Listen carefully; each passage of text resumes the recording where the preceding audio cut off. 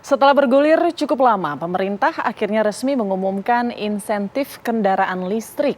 Mulai 20 Maret hingga akhir tahun ini, pembelian sepeda motor listrik akan mendapat potongan harga sebesar 7 juta rupiah. Lalu seberapa besar urgensinya pemberian insentif kendaraan listrik di tengah masih semrautnya potret transportasi umum di tanah air? Berikut laporan utama, insentif kendaraan listrik efektifkah?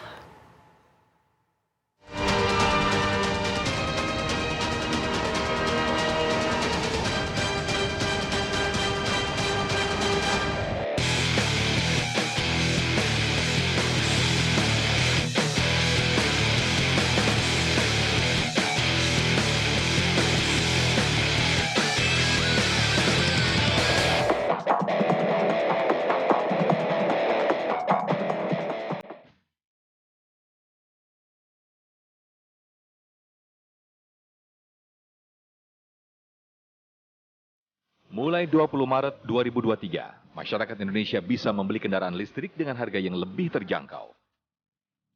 Pemerintah baru saja memfinalisasi aturan untuk mempercepat program kendaraan listrik berbasis baterai yang selama ini jalan di tempat.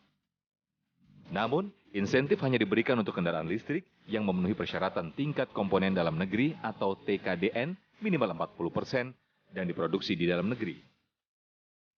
Nantinya, setiap pembelian satu unit sepeda motor listrik akan mendapat potongan harga sebesar 7 juta rupiah. Sementara insentif untuk mobil dan bus listrik belum ditetapkan. Hingga akhir tahun ini, hanya ada 200.000 motor listrik baru dan 50.000 motor listrik konversi yang dapat jatah subsidi.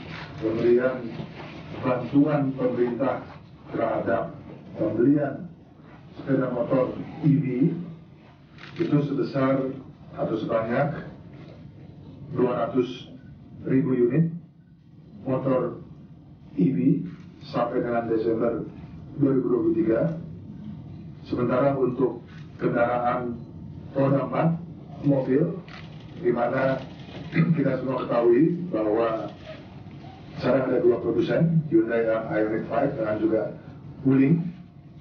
Itu kami usulkan untuk sejumlah 35.900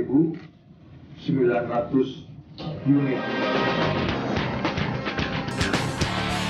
Meski mendapat banyak kritikan, pemerintah beralasan insentif ini ditujukan untuk membentuk ekosistem kendaraan listrik yang selama ini masih jalan di tempat. Ketimpangan harga antara kendaraan listrik dengan kendaraan konvensional juga menjadi salah satu alasan. Jadi memang ini harus dibangun ekosistem. Oleh karena itu, kita tidak punya pilihan. Jadi kalau ada orang melihat kenapa kita kasih tadi bantuan negara atau insentif tadi seperti itu, ya untuk ngambil itu. Once itu kita ambil, kita menjadi produser mobil listrik, motor listrik yang sangat kompetitif di dunia. Kenapa? Karena mulai dari hulu ke hilir kita punya, raw materialnya kita punya, kemudian tadi marketnya kita punya dengan 282 juta penduduk, dan kemudian kita akan ada inovasi-inovasi anak bangsa yang akan lahir. Jadi harus melihat ini secara komprehensif. Sejak lama, pemberian insentif kendaraan listrik memang terus menjadi perdebatan. Sejumlah pihak menilai, upaya pemerintah mendukung pengembangan energi ramah lingkungan ini justru menimbulkan persoalan baru.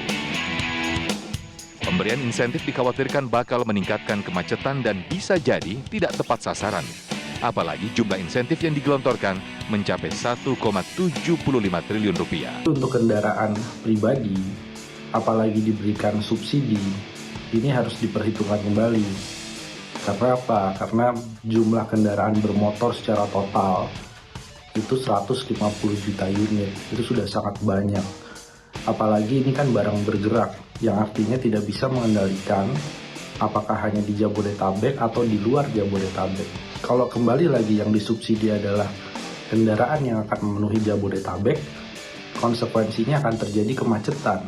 Yang berikutnya lagi adalah transportasi publik yang harusnya dibuat lebih nyaman, rutenya diperbanyak, armadanya diperbanyak, sehingga masyarakat beralih dari kendaraan yang basisnya BBM itu kepada transportasi publik. Itu yang harusnya disubsidi secara besar-besaran. Jadi harus ada desain kebijakan industri terkait dengan kendaraan listrik ini, sehingga orientasinya bukan memenuhi jalanan di Indonesia, Apalagi kalau produksi BBM, mobil BBM-nya masih terus diproduksi. Subsidi itu diperlukan dalam rangka merangsang ya. Yang pertama tentu saja produksi terutama dari produk lokal mendapatkan tempat di hati masyarakat, mengingat harganya yang relatif mahal begitu ya. Dan juga mendorong agar pabrikan-pabrikan luar juga berinvestasi dan membangun pabrik di Indonesia begitu. Sehingga dengan pasar yang lebih luas, ada skala ekonomi dan investasi yang masuk lebih besar di Indonesia. Meski demikian, subsidi memang harus diberikan kepada orang yang lebih tepat begitu, kepada masyarakat yang paling membutuhkan, yakni masyarakat miskin. Biarlah mereka bisa menikmati subsidi motor listrik agar terjangkau. Program kendaraan listrik memang bertujuan mengurangi ketergantungan Indonesia terhadap impor BBM dan mereduksi emisi gas rumah kaca. Lalu, seberapa besar urgensinya pemberian insentif kendaraan listrik di tengah masih semerawutnya potret transportasi umum di tanah air? Yakinkah insentif ini akan efektif? Kita tunggu saja hasilnya.